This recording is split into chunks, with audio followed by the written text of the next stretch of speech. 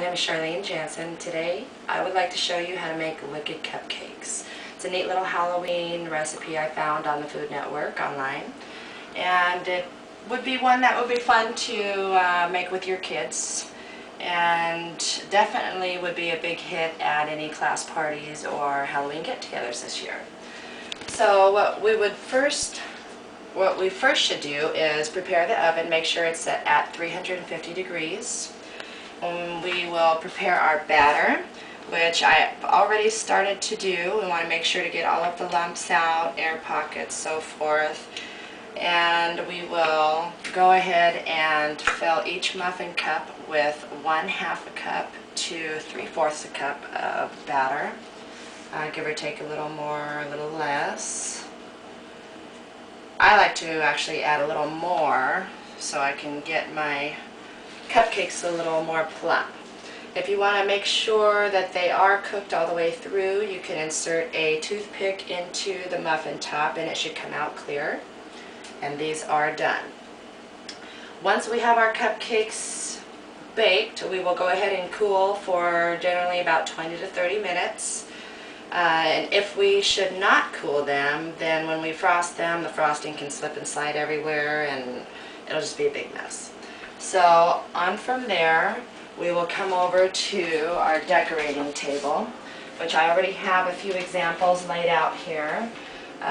These are Wicked Witch cupcakes, and we are going to decorate now. First off, what we should start off doing is creating our witch top hats, and you do that by scoring a circle in the top of the knife, top of the muffin top, and you will insert your knife at a slight angle while turning the muffin, which will give us hopefully a nice cone.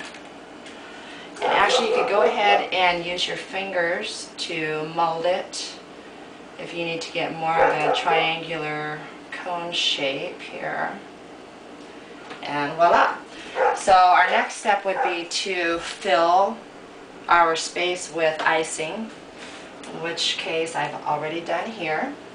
You can use a piping set if you have one, or you can buy one of these from your local grocery store. Really easy to use. Just go ahead and pipe the frosting into the cupcake. And you can continue to keep going all the way around to create a nice work area. Or you could go ahead and color your own frosting. I chose to buy white creamy frosting and mix it with green food coloring. And generally on the food coloring box, it'll tell you about how many drops you would need to add into your frosting to get the desired color, that is. So what I'm going to do is actually I'm going to go ahead and scoop some frosting onto the top of this cupcake to give you a general idea here. And another important tip is to make sure your frosting is well refrigerated, otherwise it can get a little slippery also. And this frosting is almost too warm. Okay, so the next step would be to make our witch's hat. Now I'm going to sit down for this part of the demonstration.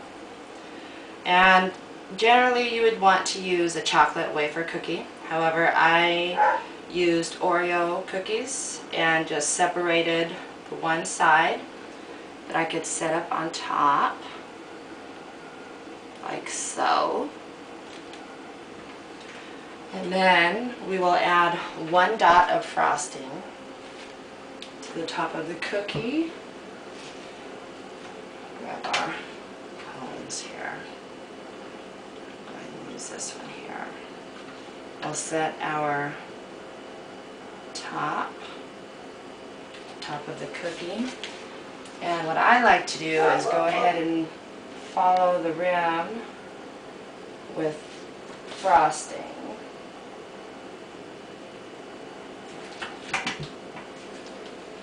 Next, we could use any type of small candy for the eyes and or nose, if you so choose to use them.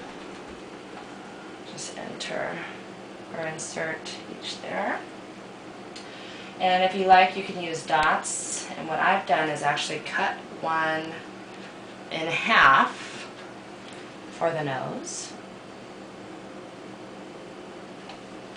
Okay. And I also have some red licorice, sorry, I have some red licorice rope that I will use for the mouth.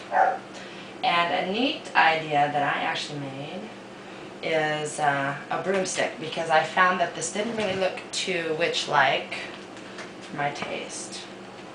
So what I've done here is taken Twizzlers, cut about inch section off, fray the ends, insert a toothpick, and this will go into the back of the cupcake, and this will finish off the broomstick in the front, just under the mouth.